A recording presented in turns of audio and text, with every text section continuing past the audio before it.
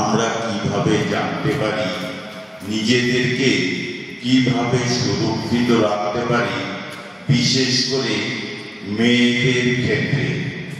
আমাদের সমাজে আমরা যারা পুরুষতান্ত্রিক সমাজ বলে আখ্যায়িত এই সমাজে আমরা ভাবি মেয়েরা কিছু পারে না, মেয়েরা তারা আত্মরক্ষা করার ক্ষেত্রে বিভিন্ন সময় তাদের অসুবিধা হয়, তারা সঠিক কৌশল জানে না বলে সমাজের বিভিন্ন সব জায়গাতে আমরা পত্রপত্রিকা, ইলেকট্রনিক মিডিয়া, প্রিন্ট মিডিয়াতে আমরা দেখি মেয়েরা অত্যাচারিত হচ্ছে, কিংবা মেয়েরা যৌনতার শিকার হচ্ছে।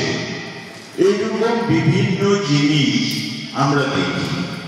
আমরা এই ভারতবর্ষে নরেন্দ্র মোদীজি প্রধানমন্ত্রী হওয়ার পর যেটা সবচাইতে বেশি চিন্তা করেছে, মায়েদের, বোনেদের কিভাবে সশস্ত্র করা যায়, তার অঙ্গ হিসাবে সেলফ ডিফেন্স বা আত্মরক্ষার কৌশল, তাকে যাতে ছোট সময় থেকে তারা এই কাজে পারদর্শিতার সাথে শিখতে পারে, সেই জন্য ভারত সরকার প্রতিটি ডিস্ট্রিক্টে, প্রতিটি স্কুলে এইরকম আত্মরক্ষার কৌশল শিখাবার ব্যবস্থা করেছে।